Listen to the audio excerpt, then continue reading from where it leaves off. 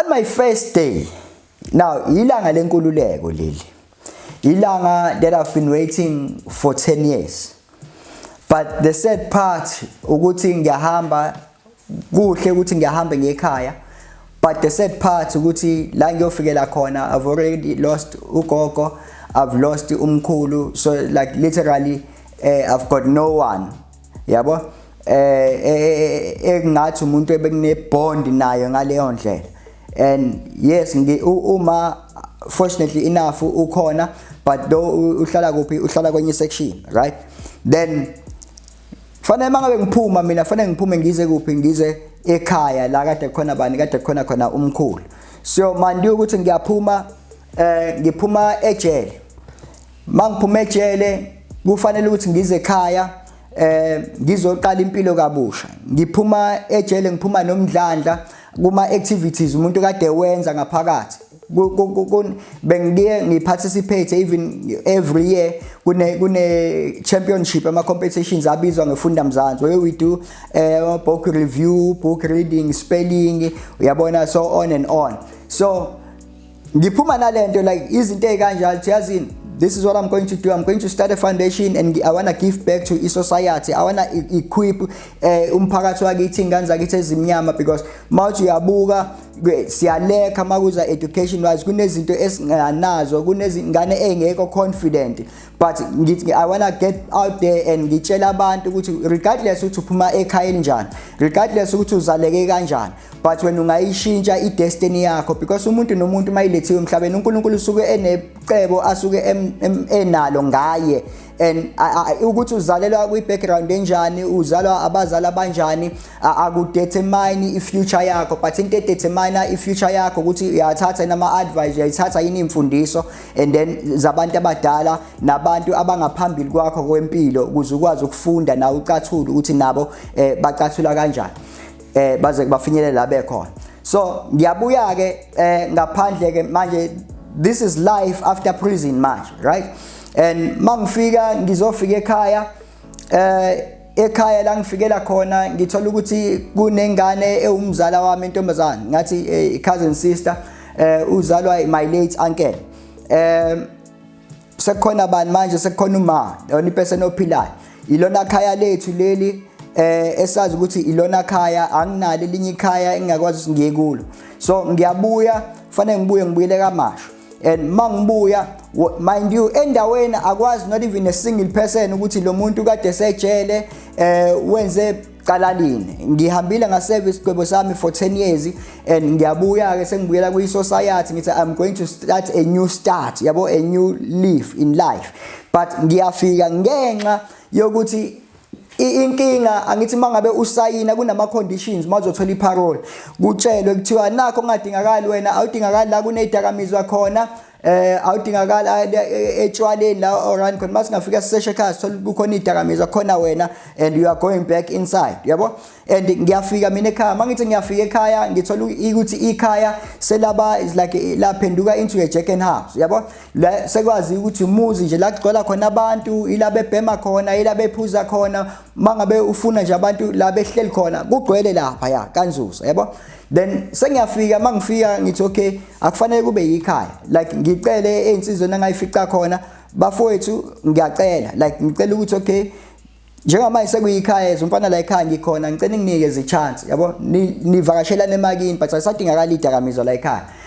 Ngenhlanhla futhi insizwa ngoba ngendlela engangibeke ngayo and ziya understand la ngiphuma khona, ayizingilalela insizwa, ayizihambe nangempela, ayiphindanga futhi sizingihluphe noma befika abangani babo ngathi ngiyivimbi ifriendship yenu, but isidakamizwa esingadingakali phela ekhaya ngoba bebehlangana ngazo ke idakamizwa, then abasezike la ekhaya. But seyafika nje umuntu amemeza umuntu mhlawumbe angene egcekeni, ukhona usibanibani, yes ukhona, akhulume naye, then aphume ahambe. But ngapha ekhaya mina sekunenkinga, because manje njengoba sengivale lezi zinto sengathi ukuthi ayisasekho inkululeko la ekhaya ukuthi abantu benze isinomi kanjani, yabo. And ngiyafika ngithola ukuthi like ikhaya betheli yenye into and emqondweni wami nginani nginebusiness le ngifuna wenzani ngifuna ukufika ekhaya ngiqale ibhizinisi kuze ngibe nani ngibe nendlela yokuphila yabo because ngiunderstand into eyodwa ukuthi I spent 10 years ejele akumaphupho bengikade nginawo kuma plans bengikade nginawo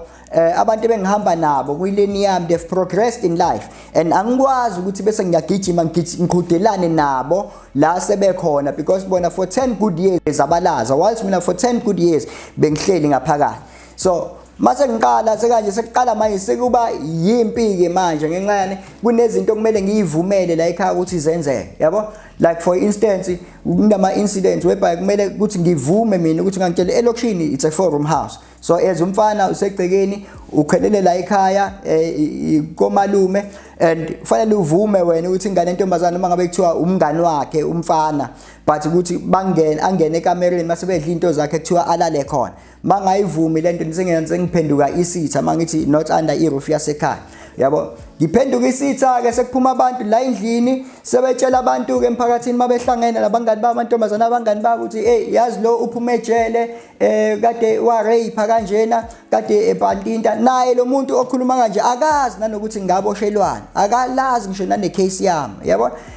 bemncane ngisho noma ngihamba and manje uyabona sikhulumeka kanjena sengithola amagama ke manje ngithola istigma ke manje into engangikade ngizwa ngayo but I thought ukuthi yazi ngizokwazi ukumelana nalento ngayithought ukuthi laphana angikaze ngironge umuntu emphakathini la engiya khona so ngizokwazi ukufika ngiphile kahle ngiqala impilo yami ngabusha yabo but mangifika khona ngibhekana nale stigma ke manje noma ngabe kuqhamuka umuntu uzofuna mina uzothi mayifuna direction ebuza abangaziyo and athi umuntu akhona awusho lo buye ejele yabo and like ngiyafika ekhaya and I had a 15-year-old son my firstborn so ngiyamthatha because bekade ehleli noma so ngiyamthatha ngithi okay le ntwana kade ingenayo ifather figure empilweni yakhe yabo so ngiyafika ke ngibuye ejele ngiyamthatha ngihlala naye yabo ngihlala naye izintwana ngiyamdodisa ezihleli ngithenga into zokudayisa la ekhaya ukuthi phela ngikwazi ukuthi ekseni kumele ngithele isinkwa sengane ingane kumele ikwazi ukukhera noma ngabe iya esikoleni yabo and ngiyapatanisa ngithenga ama chips lana ngithenga osweet ngiyadayisa la endlini amasentana amancane fortunately enough njengoba ngikhulume ngabazali base JDI there is a family yakambili uMrs Mbili ngiyembize ngosister Siphokazi ne nomyeni wakhe and then bathi kungiassista bangiphela amasenti kuthiwa enzuza mi hamba uyothenga impahla mzalwane mina angikwazi ukuthenga impahla ekhaya kunje ngicela ukuqala ngenzeni ngithi ukulungisa ekhaya hayi umuntu abuye azama ukupenda to plaster ezama ukulungisa ekhaya ukuthi kubuya isithunzi ekhaya ukuthi kuba ekhaya ngenxa yani nethemba nje basihleli la ekhaya kuzoba a warm home kube ekhaya lesikhulisa khona abantwana bethu sihlale kahle in peace but little did I know ukuthi njengoba ngihleli kanjena la sengivimba izinto eziningi njengoba sengivimba izinto eziningi sekune plot manje ukuthi sekufanele kwenzeni kufanele ngibuyiselwe ejele there's been many attempts in my life ukuthi ngibuyiselwe ejele umuntu ahamba hlanganisa abangani bakhe kumiwe emgaqweni ngazi ukuthi kubanga umsindo uza amagama kuthiwa akahamba awumanga ngihambe ekhaya kithi like angithandi ke mina ukuthi like kuzoba intombazana emgaqweni nami bese ngiyama nami ngisana nabo yabo so kunezinto ukuthi like kufanele uavoid indaba yomsindo kanjalo sememgaqweni manje amemezana yabona umemezana nabantu especially abantu besifazane yabo uyazi mangabe uxabana umuntu esifazane akanqeni umemeza non stop so egcineni kosuku umuntu okubukayo ubuka wena njengomuntu osuke njani engasidli so ngizama ukavoid izinto ezikanjalo like I just one piece like ngingena endlini ngihlala endlini sometimes ngiyashisa endlini ngiyangishisa endlini ngibone ukuthi manje ngiphume ngithatha iwalk yabo ngithatha exercise ngithi just go away from ekhaya like 5 to 10 minutes mhlawumbe ngibuye ngibone isimo mhlawumbe ngasesikhaya sometimes ngiyabuya thola umuntu akasasekho egcekeni like yabona there's been 2 incidents whereby ngiassaultwa mangikhuluma ngoassault ngibanjwe ngesandla yabona like ngishawe sekufanele ngiyidefend ke nami gcina ngidatshukelwa impahla yabo and of which nami kwagcina one incident ngicina nami la ngidatshulela impahla yesibili khona ngicina nami sengenzani manje and I had to fight back ngenxa yani iyenhliziyo ngaleso sikhathi and like kubhlungu because usuke uthi you wanna blend back kwi society yabo kodwa manje uthola ukuthi ungabi accepted ngendlela okufanele wamukeleke ngakhona emphakathini like into engiyibuka like kune tendency abantu akekho umuntu ongathi yena umsulwa empilweni yakhe. Like kuna two different kinds of offenders. Kuna le offender le ebaneshwa uthola ukuthi iyayenza offender, ithi mayenza le offense yayo lena bese yona iyabanjwa ihambi yekojeza, bese kuba khona le offender yesibili iyaweza offenses ayo yona kodwa manje ingabanjwa yona, so ingakwazi ukuthi igwethe just because yona ayikazi izigwebeke or ibanjwe ebugebengini bayo, ebese ebona iopportunity ukuthi ufanele enzeni oppress lo osuke kade ebanjiwe. So ngizama ukuthini ngalamazwi, ngizama ukuthi sonke sabantu amaphutha siyawenza kodwa sonke siyadeserve a second chance. Nina bakaphunga noMageba ngenkulu intobeko into engilethela kakhulu kukho konke, ngizela ukuthi ngizocela, ngiyacela, angisaceleli mina kuphela kodwa ngicelela nabanye abafowethu abafana nami, abantu ababuye emphakathini bathi bafuna ukuthi bazoba abantu abanomali emphakathini. Yes, siyazi ukuthi kukhona ababuyayo but ama intentions abo engekho endaweni right, kodwa akusho ukuthi wonke umuntu njalo. So ngiyacela bakwethu ukuthi sicela ukuthi ake nisipheni ithuba masibuya back emphakathini, sicela nisamukele, sicela ukuthi nisitreatise njengabantu kwathina. Uyabona kubhlungu ukuthi ngisemphakathini kodwa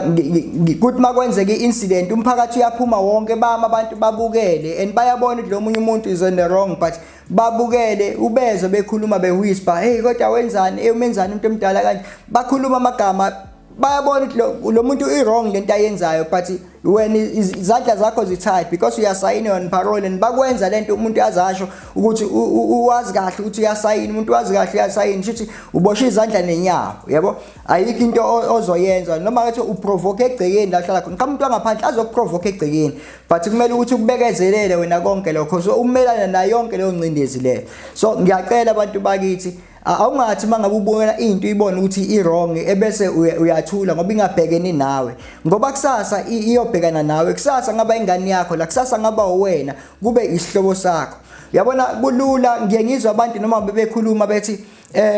akubuya isigwebo sentambo, akuthatha ukhiya afakwe ejele ulahle, but ngibuza umbuzo ukuthi lo muntu uyasazi stats abantu abangaphakathi ejele, abantu abangawenzile amaqala basuke beboshele wona, uthi ngemphefumulo okuthiwa izonqunywa bebe bengazi icala bekade bengazanga lutho. So ngiyacela nje umphakathi wakithi wase South Africa ngenkulu intobeko, angisho ukuthi mhlambe into bengayenza mina mhlawumbe engaboshela yona mhlawumbe beku right bengekho right, and futhi ang encourage nanomunye umuntu omusha noma ngabe umdala ukuthi wenze into ewugebengu, yabona. And so ngalokho nje mphakathi waseNingizimu Afrika ngicela ukuthi ake nisipheni ithuba nathi sabantu siphile phakathi kwenu. Ikhona into enhle nathi singakwazi ukuthi siyiveze because kuthi ukukhumbuza ukuthi wazi into eyodwa ukuthi umuntu nomuntu unebanga lakho kufanele ukuthi alihambe.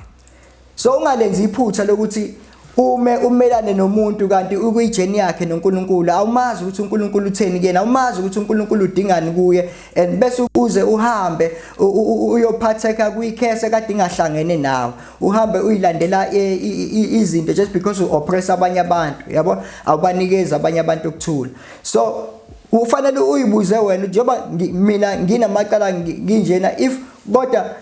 ngi-expecta ukuthi ngithethelelwe mina, kungani ngeke ngimthethelele lo munye umuntu, kungani ngeke ngikwazi ukumnikeza ithuba lesibili lo munye umuntu. Bese ngiya-aphila futhi nakubafowethu,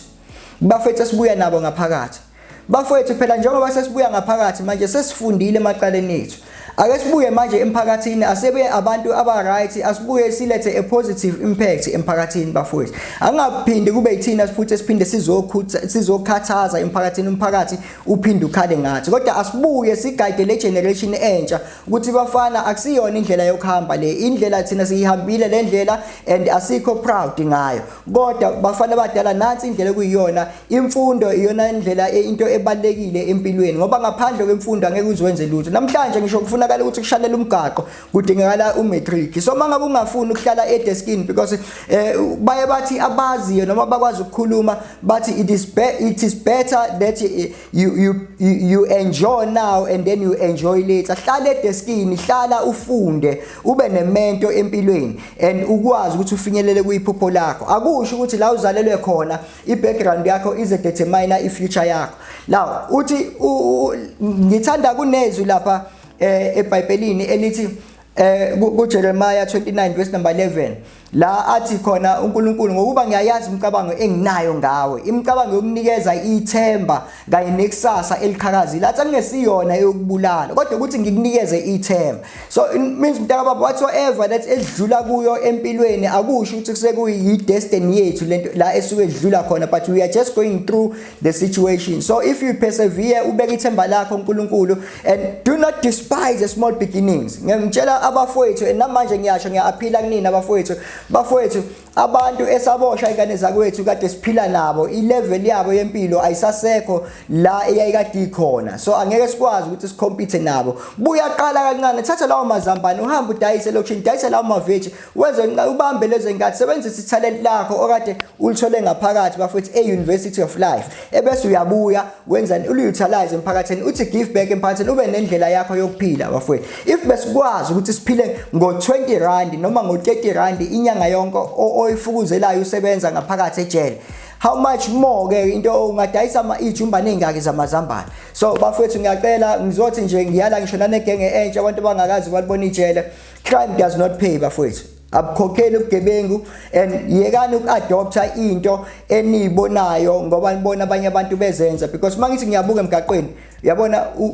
igenge entsha namhlanje mawufika emgaqweni uzoyibona iphakamiso 6 yini bakhuluma ilanguage abangayazi, tsotsitala bayazi bajela ukubona kuma TV obezwe ngobraba babajika etokisini bese bayathini babuye bazokhohlisa ingane. Bafethu